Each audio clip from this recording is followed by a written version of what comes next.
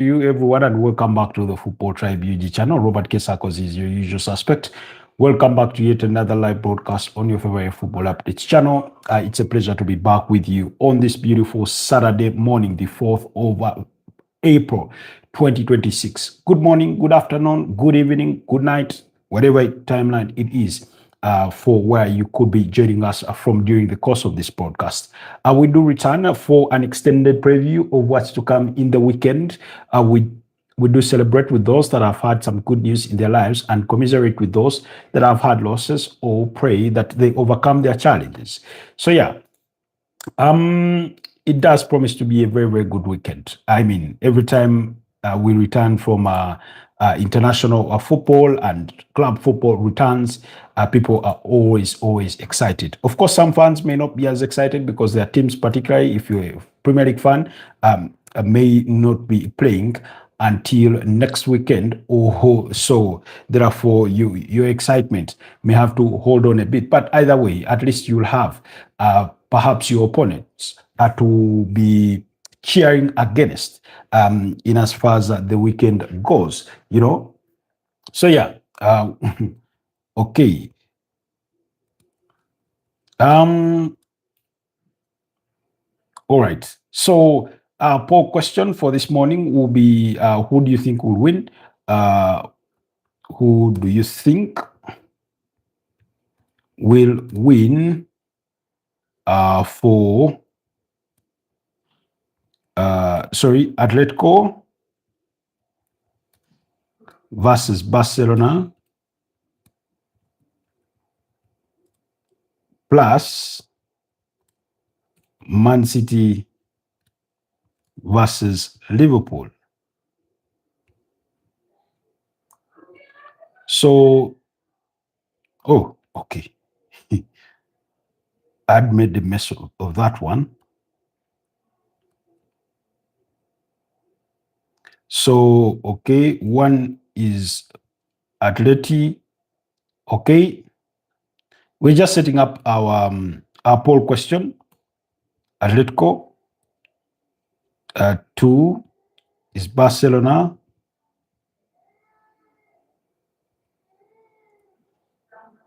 Then Man City. It's a 2-in-1 question. So, guys, but we cannot make it 2-1. Anyway, let's go with one. Let's go with one. Hi, Mizo. Is that how you pronounce your name? Hi, Mizo. Singh. Hi, how are you doing? How are you? Good to have you join us. Kindly like the broadcast, but also consider subscribing to the channel. If it is your first time here, we're setting up our poll question. Yes, my name is Robert Kesakos, and I'm coming to you live from Kampala, Uganda, where it's 25 minutes past the hour of 10 a.m. In case you're wondering, do me the absolute honor and favor and like the broadcast, but also consider subscribing to the channel if it is your first time here with us.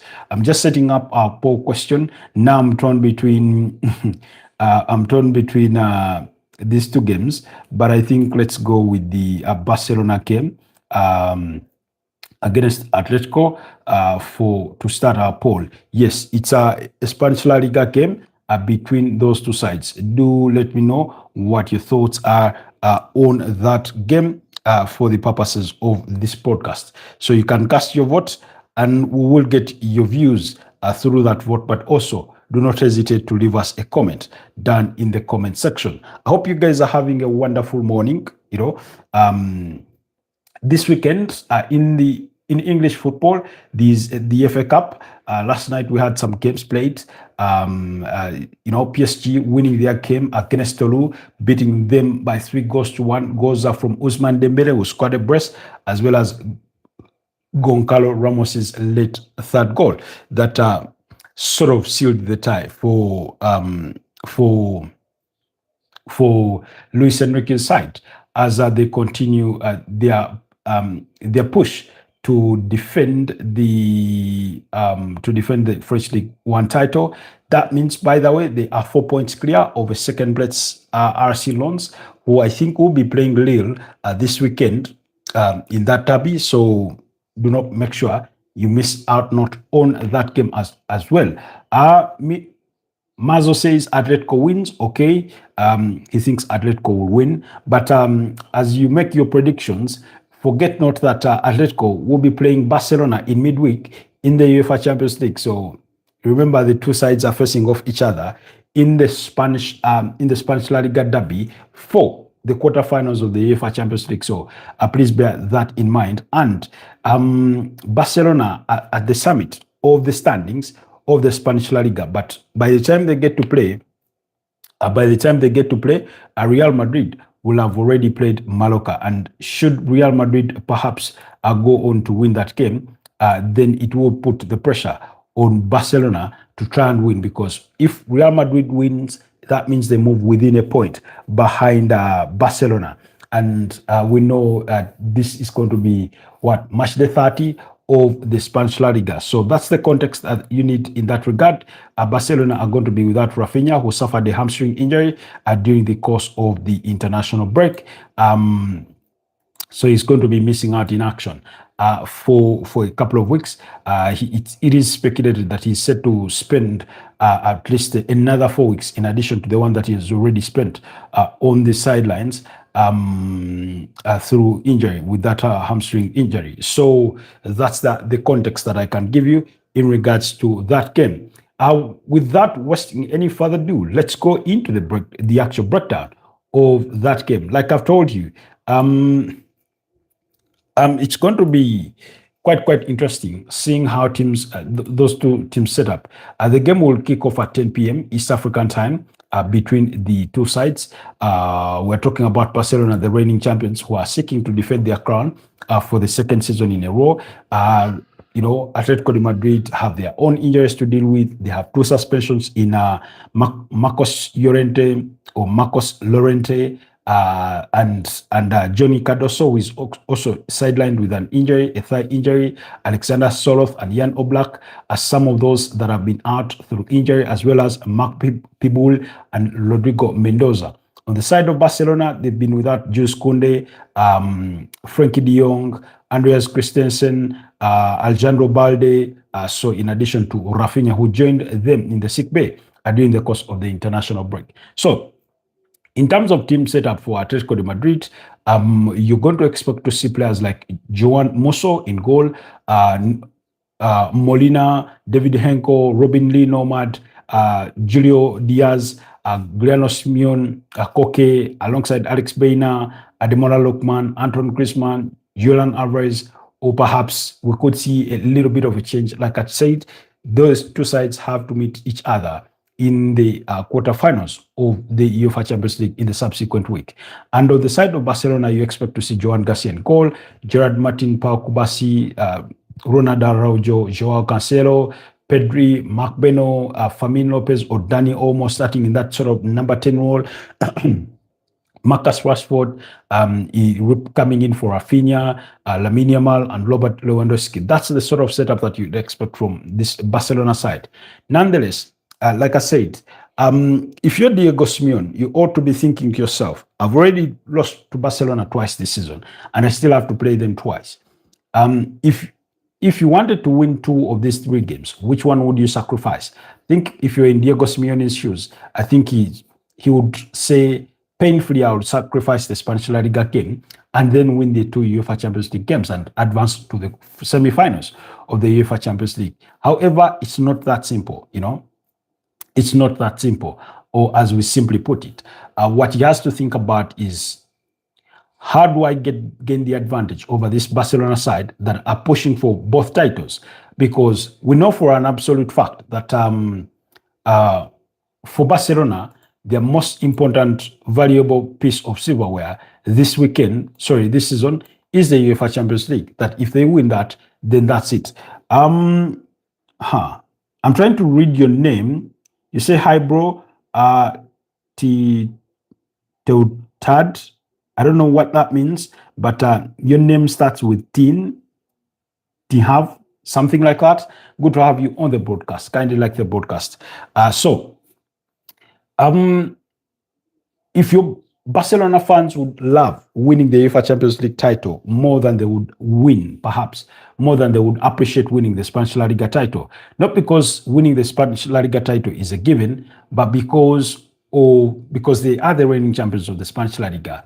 And Hansi Flick guided them to a domestic treble last season. Therefore, what that implies is that they have not won the UEFA Champions League in the last 10 years. They last won it back in 2015. So coming on to 11 years. So they would really, really want to win it. Farah Kamel, is it Kamel? Not Kamal. I think it's Kamel. Farah Kamel. Hi, how are you doing? Good to have you on the broadcast. So that's the context of Barcelona. In terms of priorities, they would want to win the the Champions League more. But knowing Hansi Flick, I think he wants it all. He wants it all. Are Barcelona capable of winning it all? Why not? They've already won the Supercopa Hispana. They have a 4-point lead in the Spanish La Liga race, and therefore they need to also concentrate their efforts on trying to win the UEFA Champions League, which they are very, very capable of, regardless of their inefficiencies when applying themselves on the pitch of play. So there's all that context that you ought to think about, possibly. Now, I say this without any fear of contradiction, that Barcelona want the best of both worlds. First of all, like I said, Real Madrid will have played a little earlier on in terms of the Spanish La Liga because their game comes, I think, at 5:15 when they take on Rayo Vallecano. So with that said, when they take on Real, they play away to Mallorca. So if Real Madrid win that game, they'll be hoping that Atletico de Madrid can cause an upset against Barcelona, whether it's a draw or a defeat for Barcelona. If it's a defeat for Barcelona, that leaves Real Madrid, if they do take care of their business, within just a point behind Barcelona. If it is a draw, it will be within 2 points behind of Barcelona. Now, going into the last 8 games of the season after match day 30. So that's the significance. But equally, the way you think that Barcelona or Atletico de Madrid will play with a bit of reservation, not in how they apply themselves, but in terms of team selection, that perhaps some figures could be rested, is the same way Real Madrid have the same responsibilities, even though they have a bit of a lesser opponent this weekend. But midweek in the UEFA Champions League, come Tuesday, they're going to be up against Bayern Munich, one of the UEFA Champions League favorites. So when you talk about teams that, you see, we are at the quarterfinals of the UEFA Champions League. But if somebody asks you, who do you think are the favorites to win this UEFA Champions League title, you'd say Real Madrid, you'd say Bayern Munich, you'd talk about Arsenal, you'd talk about Barcelona. You get. Not to say that Atletico cannot win it, not to say Sporting CP cannot win it, not to say that PSG can't win it, not to say that Liverpool can't win it, because those are the 8 teams left in the competition. But now, by the virtue of the fact that Real Madrid have to face Bayern Munich, that automatically cancels one, puts one out of, it. Similarly to the side of Liverpool and PSG, in terms of if you're thinking about favorites, I, for one, do not think PSG are going to win it. Why? Because I do not remember in my lifetime seeing a first-time winner go ahead and defend the UEFA Champions League crown. So that's for entirely that reason. And again, when you look at the organization of path, if Real Madrid or Bayern Munich, one leaves the competition, rest assured Liverpool or PSG, one of them is going to leave. And then we'll have a semi-final setup amongst those sides. So at the end of the day, out of that side, where you have, because Liverpool have the pedigree, they've won it 6 times, Real Madrid 15 times, PSG are the reigning champions, and Bayern Munich have won it 6 times as well. So at the end of the day, out of all the goodness that is on that side of the yam, only one team can emerge to play a final. It's up to this side to determine who faces whoever comes through from the other end. This side, you have Arsenal, Sporting CP, you have Barcelona against Atletico de Madrid, so you have all that. So Okay, sorry guys, just a moment.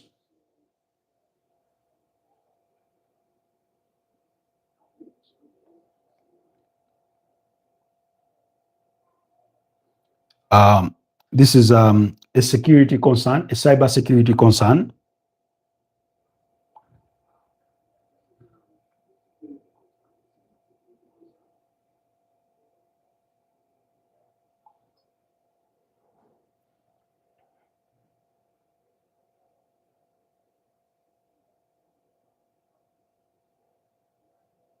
Somebody is trying to access an Instagram account that I do run or manage, and it's a business account. So my boss was reaching out, or is reaching out, to inquire.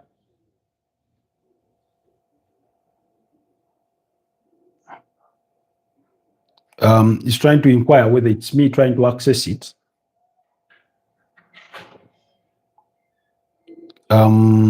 So I had to respond to those messages. So apologies on that.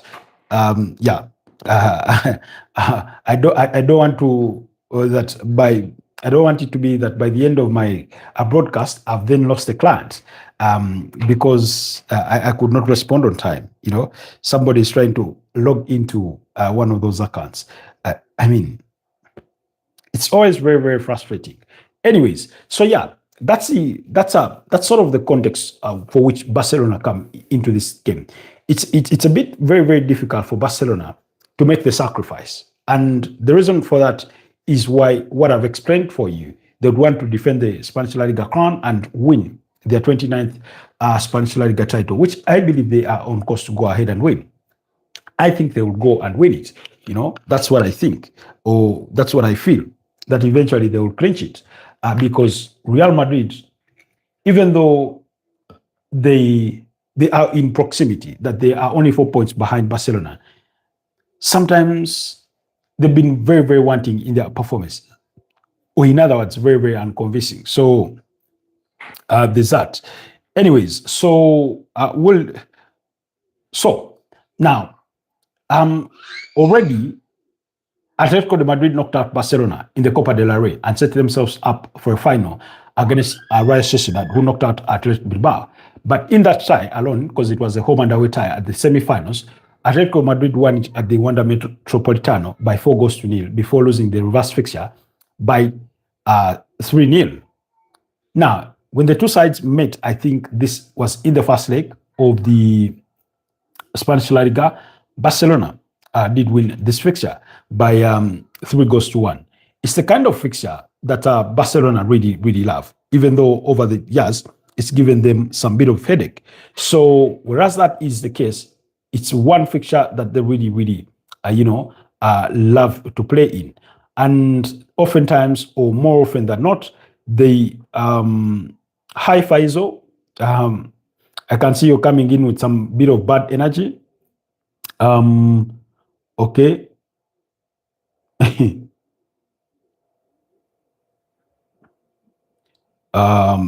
Let me give you a timeout. Let me give you a timeout because it seems you do not come with any good intentions. So, anyways, so that's the context for Barcelona. So they've won the tie twice already this season, and now there's 3 more times of asking. And a lot is at stake in both worlds, both in the Spanish La Liga as well as the UEFA Champions League, where they are going to be meeting. So you think about it, and their hands are really tied. However, for Atletico de Madrid, like I said, they can't afford to sacrifice this game, not to play to intentionally lose, but to rush players that can compete favorably in the UEFA Champions League. And the reason for that is they are 4th on the Spanish La Liga table, and they are 13 points ahead of the 5th place team.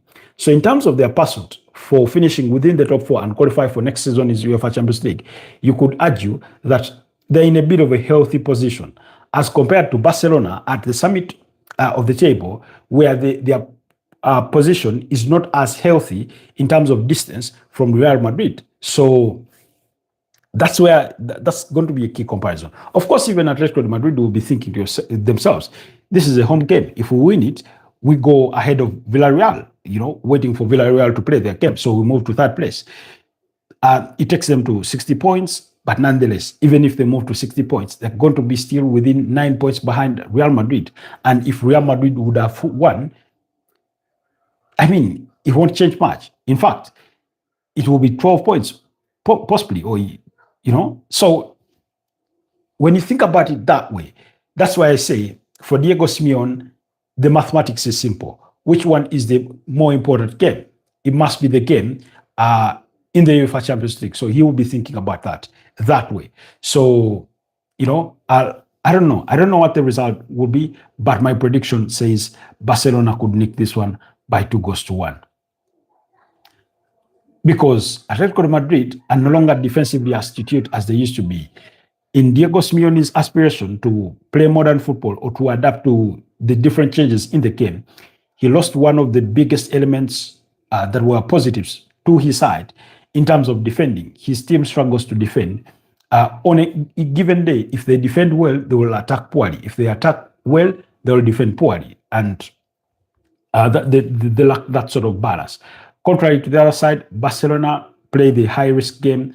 They play that high-line sort of defending line, looking to catch people offside and things like that. If you beat that offside trap, you're in for quite the victory. We saw Newcastle give them loads of trouble in their home and away fixture in the UEFA Champions League until Newcastle deluded themselves that they could go toe-to-toe with Barcelona in the second half of that reverse fixture at Camp Nou, and then they got obliterated, conceding 4 goals in the second half. So really, that's what did transpire. Anyways, we'll leave that at that. Let's go to the other elephant in the room. That's the game between Liverpool and Manchester City. That game is happening in the FA Cup this weekend. Alexander Isak is back in training as confirmed by Arne Slot. So not that we should expect him to be starting. Equally, similar to, okay, maybe not under the same circumstances, but Manchester City and Liverpool are meeting for the 3rd time this season. And we know for the fact that Manchester City have won this tie already home and away this campaign. What that then implies is that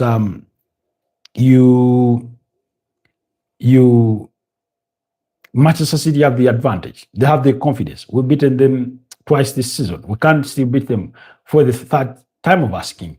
It won't be an easy game. I think the best thing Liverpool will want to avoid in this game is extra time. Win or lose, I think they would want to avoid extra time because extra time takes a toll on you. And we know they have that crucial game in the UEFA Champions League against PSG. So they have that to think about. Whereas Manchester City have nothing to think about. They have nothing to lose per se. They're just going to play comfortably. It's not like Pep Guardiola is going to be inclined to rest players like he has a midweek game. No, he doesn't have that. Arne Slot has that. He has to worry about going to Parc des Princes to play PSG, a team that knocked him out of the UEFA Champions League last season. So he has to think about it, that he cannot not think about it, So really, on the other side, for Manchester City, they're already out of the UEFA Champions League. What's the worst that could happen?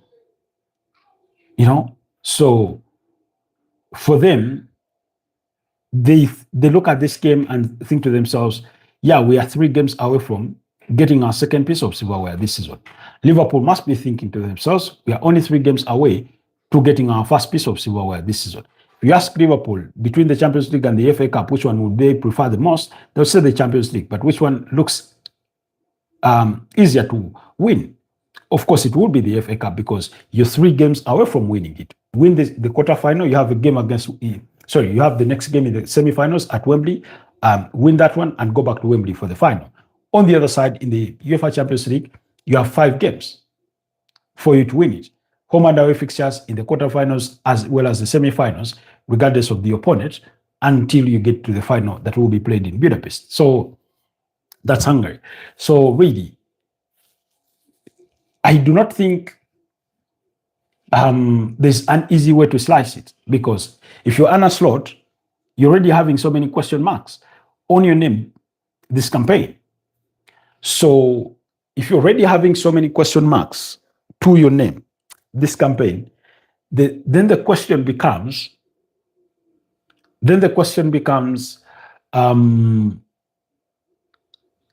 like, can you convince us that you can turn things around and that the season does not end as bad as it has appeared for the most part?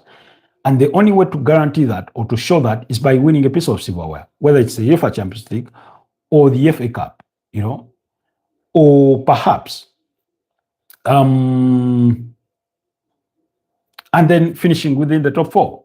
Those are some of the pursuits or the objectives that you will be pushing for. As far as the top 4 race in the Premier League is concerned, they don't look like they're anywhere near that, Okay, they're not too far off, to be fair. But given how they've been playing, you would almost think they're going to miss out. They're currently 5th. They could still clinch it because 5th place could mean UEFA Champions League football for the Premier League. They could still finish in the top 5. But let's say they finish within the top 5. That would be a box checked. In other words, they've qualified for Champions League next season. That's if we get a team, I think we'll get, because the Premier League still has about five teams in European competitions. They have Arsenal, they have Liverpool, they have Aston Villa and Nottingham Forest in the UEFA Europa League, as well as Crystal Palace in the Conference League. So there's a huge chance that they will get 5th place. So if they do finish that, it nonetheless does not exonerate Arne Slot that they are possibly one of the worst defending champions in the Premier League. I think worst of them was Leicester City, subsequent to the 2015-2016 season. The subsequent season, I think they had 18 defeats. Then you have to remember the Chelsea of 2015-2016. That is after they won after they won the Premier League title in 2015 under Jose Mourinho. The subsequent season, they lost 12 games. They finished 10th on the Premier League table. They part ways with Jose Mourinho for the second time. Now, and that's the season that then Leicester City won the Premier League title, for those of you that care to remember. So really, you ought to think of it that way, that that's the sort of seat where Arne Slot does find himself in. The things are not looking pretty for him in the Premier League. But then again, for all the money that was spent on that Liverpool attack, what can you deliver? What are you going to be able to deliver for us? Are you going to deliver a Champions League title? Are you going to deliver an FA Cup title? Now, when you look at Liverpool's squad team, they are capable of winning any game of football. They're capable of beating up against any team. But again, what they have failed to have this season thus far has been the consistency at the top level, to self-determine, to say, okay, we're going to compete on all fronts and not just be participants. They come up against a Manchester City side who have not won many FA Cups, by the way. They won it in 2023 during that season of the treble. When else did Pep Guardiola win the FA Cup? Because last season he got beat in the final. He also won it in 2024. He still lost the final. He got beat by Manchester United. I'm trying to remember 2019. I think has Pep Guardiola not won the domestic treble? So, but it's not a competition that he often wins, by the way. It's not a competition that he often wins, Pep Guardiola. He's won the Carabao Cup more times than he's won the FA Cup. So Manchester City, yes, they won it in 2019 and 2023. When you go back to 2018, it was Chelsea who won it. And then prior to that, in Pep Guardiola's debut campaign, it was Arsenal who won it. And I think they beat Manchester City in the semi-finals before beating Chelsea in the final. So he's only won it twice. That's Pep Guardiola.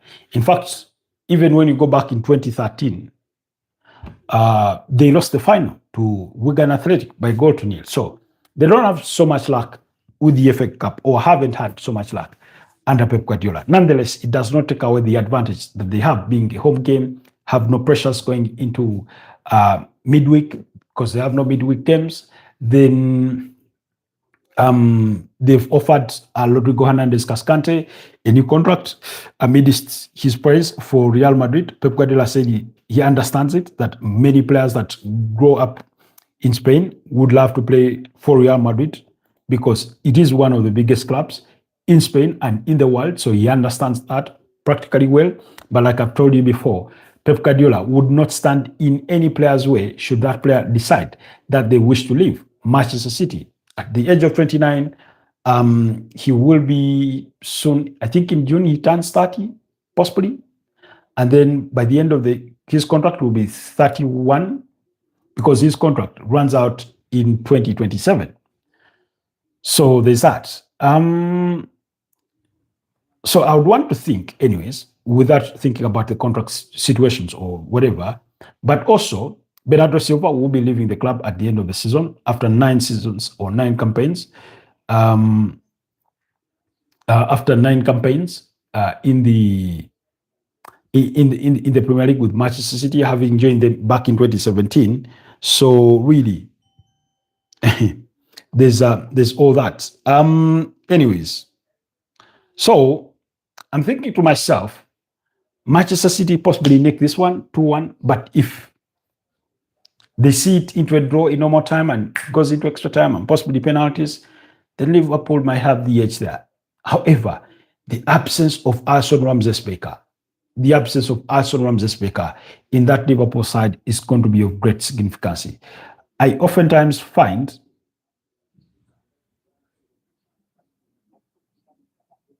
Georgi Mamadashvili a bit wanting when he is in between the sticks. So, and when I say find him a bit wanting, it's because I measure him against the standard of Alisson Ramsey-Baker. So perhaps those standards are too high, but he's playing for that type of team. So let's expect Georgi Mamadashvili in goal, Ibrahim Konate and Virgil van Dijk. Liverpool are in talks with Ibrahim Konate over a new contract. We know that by the end of this season, Virgil van Dijk is going to have only 1 year left to his current contract. Milos Kerkez, maybe starts. I would think they would go for maybe Andy Robertson and rest Kerkez for the UEFA Champions League. Excuse me. Andy Robertson's contract does run out at the end of the season, was linked with a potential move to Tottenham in January, but the deal did not materialize because Liverpool could not find a replacement. Then, for me, instead of playing Dominic Szoboszlai at right back, I'd rather he goes with Joe Gomez if he's available. That's what I would rather he does. And then play Szoboszlai in the 8, McAllister as your 10. I mean, okay. The problem I have with Szoboszlai, he's a very good 8, but not a good 10. He rarely plays for you that exquisite line-breaking pass. Oftentimes his play is not intricate. It's basic, Hi, Jesus. Good to have you back. Always a pleasure to see you around, my brother. So he does not give you that intricate pass. And no, I'm not trying to blame him really. He's just not a 10 for me. Yes, he's good, very good in dead ball situations. He will pop up with a beautiful shot and strike and score you a goal here and there.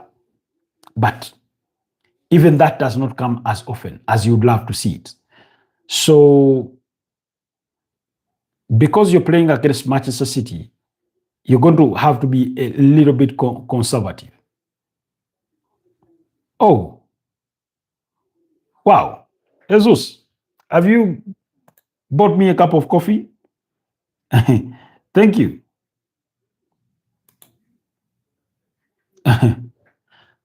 Okay, thank you so much, Jesus. Jesus is the first person to buy me a cup of coffee, to give me a thank you on the channel. So thank you so much. Really, that is a beautiful thing. Breakfast on me, Mr. Tribe. Thank you so much, Jesus. You're the first person to give me this kind gesture. Ever since we got the channel to that place of membership, there's a membership which is only about what? I think it's about 2.5 US dollars, which is relatively 10,000 shillings, Uganda shillings. But thank you so much for the breakfast. So back to this game. I'm thinking, first of all, you're playing against Manchester City, so you're going to be a bit conservative. In being a little bit conservative, is you're going to play. I'd rather you play with Gravenberch, McAllister, and Soboslai in that midfield to give you all the running legs. I think Liverpool benefit from Soboslai more when he plays in the middle of the park as opposed to when he plays at right back, because playing him at right back will he against Man City, you anticipate he's going to have such a busy time that he may not have time to come and invert into midfield, because you're going to be either attacked by Anton Semenyo or Jeremy Doku. Those are guys that are going to visit you all day long. So you may have little time to venture forward or to even invert into midfield to perhaps give Liverpool a bit more impact. Nonetheless, still, if he does, and this is a big if he is without if he's without Joe Gomez, then obviously Soboslai will play right back, and then Florian Wirtz will play in that pocket of the number 10. So when he plays that pocket, I feel sometimes, I don't know, he's not. The thing about Florian Wirtz is that oftentimes you will see him when he is on the ball, but when he's off the ball work is often a bit wanting. But also, I could generalize that in the way I have viewed Liverpool this season. They've not been the hard metal kind of team, in a way. By hard metal, you remember Jurgen Klopp. He was that hard metal, sort of rock and roll. What do I mean by that? Every time they lost the ball, you could see the urgency with which they pressed to get the ball back. And it mattered less who dropped the ball. It mattered less who started the counter press. His philosophy was the closest person to the opponent with the ball is the one that starts our counter press, and then the others join in. In other words, if let's say you're Alexander Trent-Arnold and you had ventured forward and you've lost the ball, if you have lost the ball as a right back, gone up front, it doesn't matter.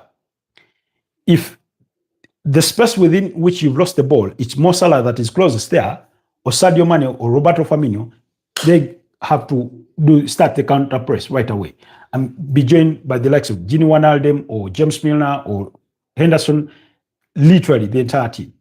So that's where he often found his balance. And you do not get this that sort of feeling thus far this season.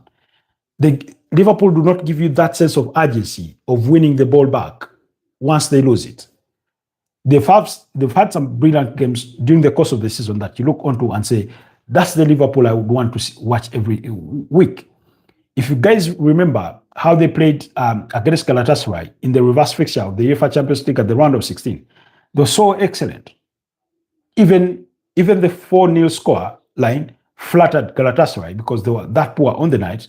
Liverpool could have walked away with about 7 goals. We had the goal wrongly cancelled, that goal by McAllister, and the Galatasaray goalkeeper,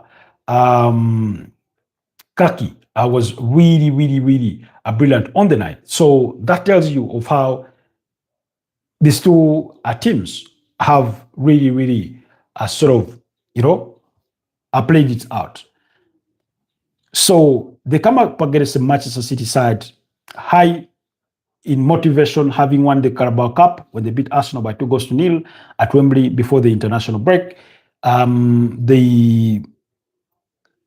They do not have the pressure of UEFA Champions League football. It's all about finishing the season in the best way possible, and finishing the season in the best way possible for Manchester City's context is go as deep as you can in the FA Cup, but also try and push Arsenal as much as you can to see if you can snap up the Premier League title, So that's the context for Manchester City. Really, for Liverpool, they know that they are out of the Premier League title race, but they still have a top 5 or top 4 finish place to chase. They still have the UEFA Champions League and now the FA Cup. So it's not going to be an easy game, even though I think Manchester City could nick it. However, I wouldn't be surprised if Liverpool caused an upset or forced them into a draw, that then the game becomes longer, possibly we go into extra time or even penalties. So that's my view on that. In the other games from the FA Cup, Arsenal are going to be playing Southampton. 11 players were not seen in the Arsenal training. That's Martin Odegaard, Leandro Trossard, Julian Timber, Martin Zubimendi, Gabriel Magalhaes, William Saliba, Bukayo Saka, Declan Rice. Who else? Piero Hincapié, Ebeleche Eze. All those were Arsenal players that were not seen in Arsenal training. However, Mikel Arteta was a bit positive. He says he's not sure with Eze how far out. However, for Noni Madueke, according to the Hand of Arsenal, one of those very, very trusted sources when it comes to Arsenal news, he did reveal that Noni Madueke is part of the traveling squad to St. Mary's Stadium to play Southampton, one of those stubborn teams that Arsenal meet. You remember when they forced them into a 3-3 draw back in sometime in, was it April or March, late March 2023, as Arsenal tried to push for the Premier League title. So, so you have that positive news. However, it's not guaranteed that Noni Madueke will be in the matchday squad. Kai Havertz was there training, so expect to see players like Ricardo Carafiori, Christian Mosquera, Ben White, Maz Lewis Kelly, Christian Norgard, Gabriel Jesus, Kai Havertz playing, Max Doman, those kinds of players. That's the kind of team you should expect. Now, there's a big question about what goalkeeper does Mikel Arteta go with. Now, stubborn as Mikel Arteta is, even though he's believed to be ruthless, I'm not going to be surprised one bit if he wins Kepa Arrizabalaga in goal. I won't be surprised one bit. However, should Kepa Arrizabalaga be very, very unfortunate to have the misfortunes that he did have in the finals of the Carabao Cup against Southampton, trust me, there will be no way back for him with those Arsenal fans. So some already think they could do better. So anyways, so that's the big question. Because of what happened to Kepa Arrizabalaga in the final, he was asked yesterday, Mikel Arteta, in regards to who will start that game. And he said that it will be a goalkeeper under 32, a goalkeeper that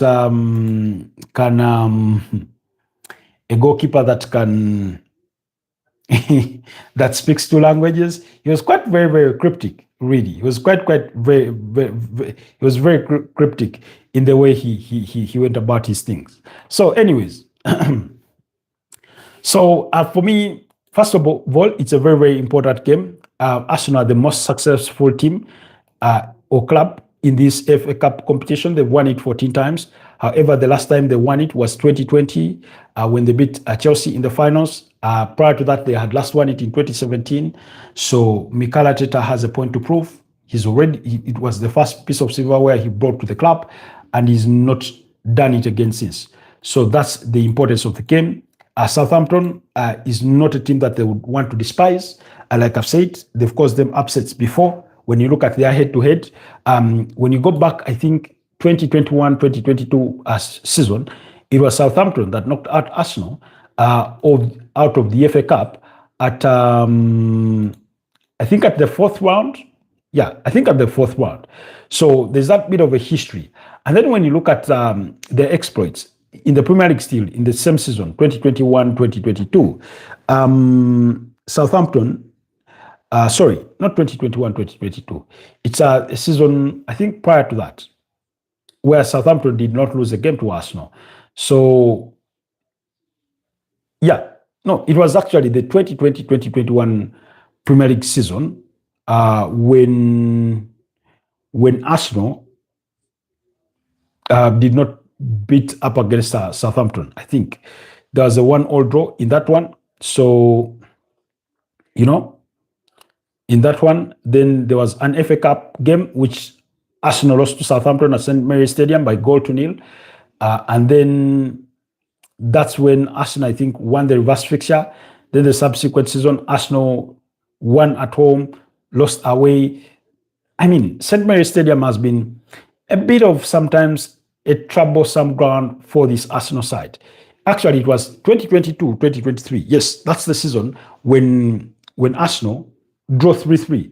You remember the run into the Premier League title, Theo Walcott being one of those goal scorers, and a lot of Arsenal fans hated Theo Walcott for that goal because he scored, and when he scored, funny enough or bad enough, when he scored, it was 2-0, I think, at the time. Arsenal had to grind it out, try to win that game. You had Leandro Trossard very late on in the game strike the crossbar, but it ended 3-3. And the first leg in that season had ended 1-1, 2022-2023. That was the first time under Mikel Arteta that Arsenal really, really pushed to try and win the Premier League title. And they fell short with those draws against Southampton. I think they lost to Brighton. They drew against West Ham United 2-2. That sort of run, and then got beat by Manchester City 4-1. That spell. So Arsenal will have those memories from the 2021-2022 season. Sorry, from the 2020-2021 season when Southampton knocked them out of the FA Cup. But I do not think Mikel Arteta has any excuse whatsoever, because even with the sort of absentees players that he has in his squad, and he has a Sporting Lisbon game to think about in the UEFA Champions League in the subsequent week, midweek. I think this game will come on Tuesday or Wednesday. I think on Tuesday or Wednesday. Anyway, whichever the day is. I think it will be Tuesday because Arsenal are playing away from home. They will, he will know that this is a very serious game that they can win too with the team that they have, that if they win it, they move closer to another possible piece of silverware. So yeah, we just have to wait and see whether they'll be able to achieve that. My prediction is that perhaps Arsenal win it by 2-1, but it could be a little bit more wishful than it is objective. So those are the circumstances within which Arsenal find themselves. Injuries have been a very, very big issue. I think Victor Gyökeres is back, did score 4 goals during the international break, one of the standout performers. Kai Havertz scored a penalty, I think, in their 2-1 victory. Was it against? Oh, I'm trying to remember. Oh, the team eludes me. Hi, Raymond Kangumba. Raymond says, Crystal Palace versus Newcastle, which manager will be sacked first from the Premier League? Raymond, like I told you, I don't think either of those managers are going to be sacked, especially given where they are in the season. I think both clubs already we know that Oliver Glasser is going to leave at the end of the season. For Eddie Howe, his situation will have to be assessed at the end of the season to see what kind of direction they take. Meanwhile, Newcastle, I think, among the teams that made losses, and they could be in trouble for PSR rules. So we need to keep an eye on them. And perhaps even the more reason that they are likely to lose Sandro Tonali or Bruno Guimaraes in the summer. We'll keep tabs on that situation. Now, let's move on to Chelsea. Chelsea play against Port Vale in the FA Cup this weekend. Still quarterfinal game. Now, the thing about Chelsea, Chelsea have made the headlines over the last couple of perhaps 24 hours. Why? Actually, more than 24 hours. I could expand it to the last 3 weeks.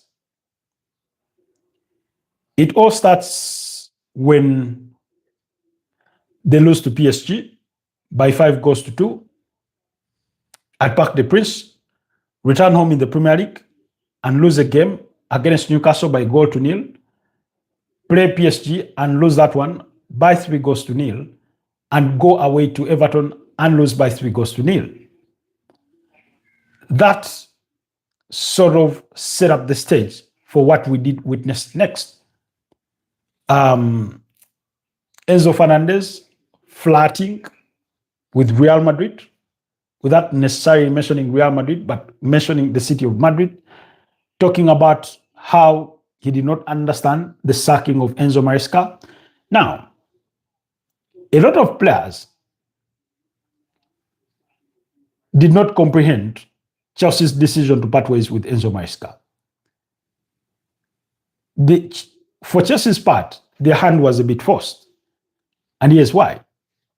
But before we get into the why, before Enzo Maresca, you had Pedro Neto and I think Malo Gusto hint a little bit about it, though not as blunt. So Enzo Fernandez was blunt about it. He did not understand the decision. And then Marco Correa did an interview with The Athletic, and he said, if you wanted to make a change, why not wait until the end of the season? So there must be a cluster of Chelsea players that share those feelings. It's not to say that Enzo Maresca was loved across board in the entirety of the Chelsea dressing room. The players that did not see eye to eye with him, but some of those players were players that were on the fringes of the team. Those who never got a lot of playing time. We know how Raheem Sterling was forced out, literally frozen out, and things like that, without being given much of a chance. So when he had his disagreements, Enzo Maresca, that is with the medical team, in addition to him having informed the club that he had conversations with third-party representatives of Manchester City around October last year, with the possibility of him replacing Pep Guardiola at Manchester City, which did not rub his bosses well. He was obligated to inform them. And first of all, he does relish the opportunity of going to Manchester City and replacing Pep Guardiola. So that is not a secret. I think it's been widely reported, or well reported, by multiple sources. So he literally forced Chelsea's hand. And I was doing my prep for this broadcast, and I chanced myself into watching a podcast by The Athletic. And from their understanding, Maresca really pushed his way out of Chelsea. But then there is a question. What is it about these Chelsea bosses in Egbari and Tony Boli and their lieutenants that managers can't stand? You remember how Mauricio Pochettino, after what I believe was a very good season for him, they finished fifth. They finished sixth. That's how they qualified for the Conference League. How he left the club, I've never understood that. I did not understand that. Then you go back to the sacking of Thomas Tuchel, literally out of thin air.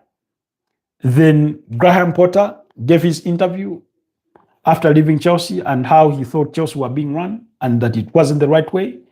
So then there's a lot of things with that Chelsea hierarchy that have not gone well. Now, in the aftermath of those explosive interviews, and for Enzo Fernandez, he said something with his love he would love to live in Spain, and talks about the beauty of the city of Madrid as in comparison to Buenos Aires in Argentina, where he comes from. Now, because like to use the exact phrase that Liam Marcinia used, was that he crossed the line and therefore he's been sanctioned by the club, given a 2-match suspension against Port Vale and against Manchester City. First of all, you'll give credit to Chelsea for taking that sort of hard stance to try and discipline their players or keep them in check or in line. Especially when you look at the significance of the Man City game. They can win the Port Vale game without Enzo Fernandez. But against Man City, you'd want all your best players on the pitch. And Enzo Fernandez is one of those. So they will be without him because they've taken the decision to sanction him. However, as much as you want to credit that, do you think the punishment fits the crime? As a first-time offender, I think they could have penalized him with a 1-match suspension, Miss Port Vale game, with a fine, possible financial fine, whatever that would be. Not that it would be revealed to the public. Because of the significance of the Manchester City game, you're trying to finish within the top 5 to qualify for Champions League, essentially the top 4. So that game is very, very significant. But also, does the player acknowledge that he made a mistake or he wronged the club or he offended the club? Because if that is not the case, then you also have a problem on your hands. First of all, you have this very, very prized asset in Enzo Fernandez, who, for any club that may want to acquire his services, he's never going to come cheap. That means, with that, you do not have so many potential buyers. Do Real Madrid need a player like Enzo Fernandez? Absolutely, yes. For a player of his talent, I think they need him. Are they going to go and splash the cash in the excess of £107 million to acquire his services? I have not been yet to be convinced. I'm yet to be convinced that they are willing to make that move. So, if the punishment does not fit the crime, in the perspective of Enzo Fernandez, first of all, you have a prized asset that is not going to be happy at the club. Therefore, come season end, or if this conversation has not already happened, he gets to his phone and says, look here, mate, he's speaking to his representatives or his agent, and the agent is Xavier Pastore, the former PSG player. He says, look here, mate, I know I have 6 years left with this current contract, but please do whatever you can to get me out of here. I'm not happy. I'm not going to do anything to show disrespect to the club and put my name in disrepute. I won't protest, I won't strike, I'll return to training, I'll do everything the club wants me to do. But I'm not happy here, get me out of here as soon as possible. But guess what? That's all in anticipation. While we're still wondering how Enzo Fernandez perceived the crime, because if he thinks he's wronged the club, has he apologized to the club? Because Liam Marcinia mentioned that they had a talk. He does not, of course, divulge the context of the talk, but he does not mention anything to do with the player apologizing, or whether he will apologize, either to his teammates or to the club sporting director or his bosses. None of that. If he's not apologetic, that means he feels he was justified or right in whatever he did. But in the aftermath of that suspension, you had his agent, Xavier Pastore, do an interview with The Athletic. And he said that the punishment is completely unfair. Enzo did not understand the situation. And this, now, when he says Enzo did not understand the situation, he's speaking on behalf of his client, who he's already had conversations with. He did not mention any club or say he wants to leave Chelsea. Far from it. Remember when people accused him of flirting with Real Madrid? He only talked about Madrid as a city. And Real Madrid are not the only club in the city of Madrid. We also have Atletico de Madrid.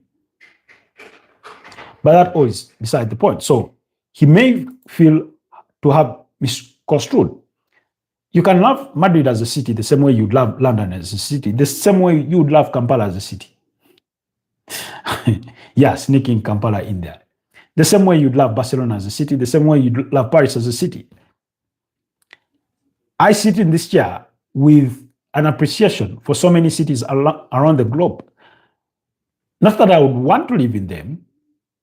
I'd want to visit New York. I wouldn't love to live in New York based on what I've heard of it.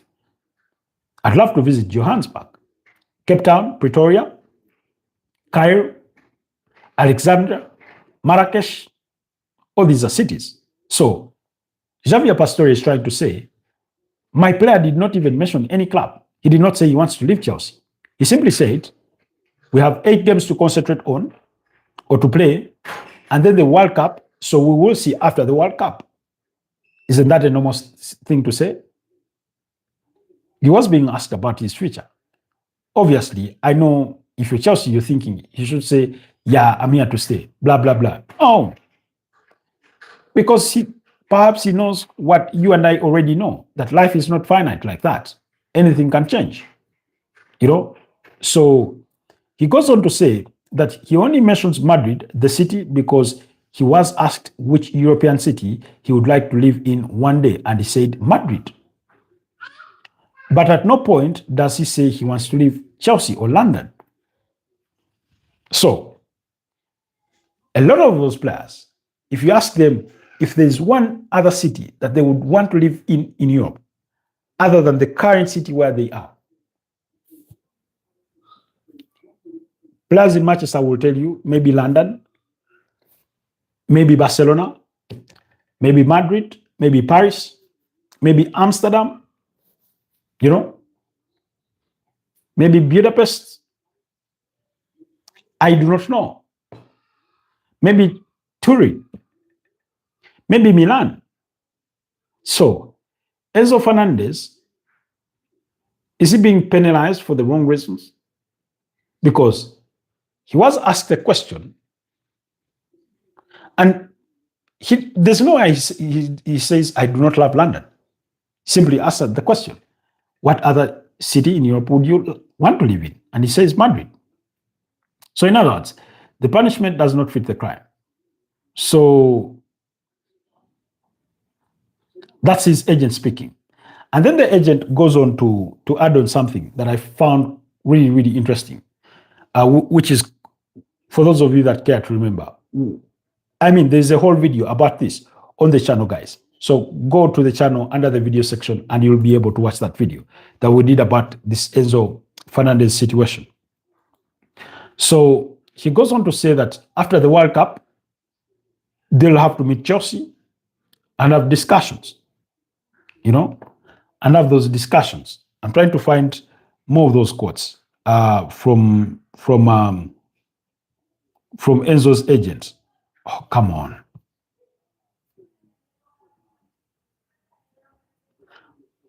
But he spoke about the contract situation. He said they've not.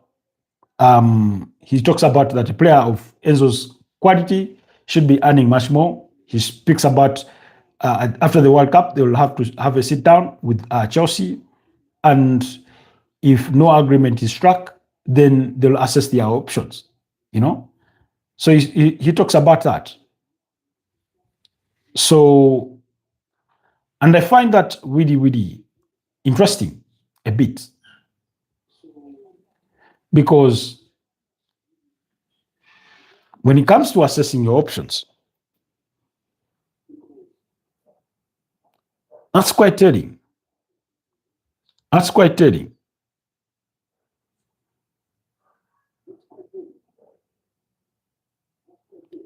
So, anyways, I'm trying to find the exact quote when it comes to Enzo Fernandez. Let me see. Yes, he said, given what Enzo is capable of today, he deserves much more than he's currently on. And he says, our plan after the World Cup is to meet with Chelsea, and if there is no agreement over a new deal, to explore other options. But we're talking about a player that is contracted with the club until, what, June 2032? Yep. So it's caused a bit of a stir. So much so that we're not talking about the Port Vale game, but rather the situation between the club and Enzo Fernandez. Anyways, in my humble opinion, I think Chelsea will beat up against Port Vale, regardless of what team they field. Robert Sanchez or Philippe Jorgensen, Wesley Fofana, Benoit Badiashile, Joshua Achepong, Joel Hato, Malo Gusto. I mean, they have no responsibilities in midweek. Play your best team. Do not slack. William Estaval, Cole Palmer, who had a very, very poor international break, Romeo Lavia, Moises Caicedo. Maybe those who played during the international break, you give them a couple of days more rest. But I mean, even if you think of Chelsea's B team or even C team, if they do have such a thing as a C team, they are capable of beating up against Port Vale. So expect to see players like Joshua Achepong, Joel Hato, maybe Tosin Aderabio, Romeo Lavia, Darius Sugo, Andre Santos, Garnacho, William Estaval, Liam Delap, those kinds of players. That's what you should expect to see. And I still think Chelsea will win that one comfortably well. I'm not so familiar with majority of those, Port Vale players, but it's one of those games that I'm looking forward to. The game will come at 7 p.m. Guys, forget not, the Manchester City game is coming at around 2:45 p.m. So be taking of that kickoff time, so that you do not miss out on the action. Anyways, so those are some of the games that I wanted us to look at, and I think we're done with the FA Cup and the Atletico de Madrid game. Allow me to wrap it up here and wish you a fruitful weekend. Thank you so much, Raymond Kangumba. Thank you so much, Jesus Y815. Thank you so much for the cup of coffee or the breakfast. Thank you so much, Farah. And then Faizo, even though you are mean with your comment. Mazo, thank you so much. And Singh for having been part of this morning's broadcast. Allow me to wish you a blessed, wonderful weekend. A happy Easter to all the Christians out there. Until next time. Bye-bye for now. Stay blessed.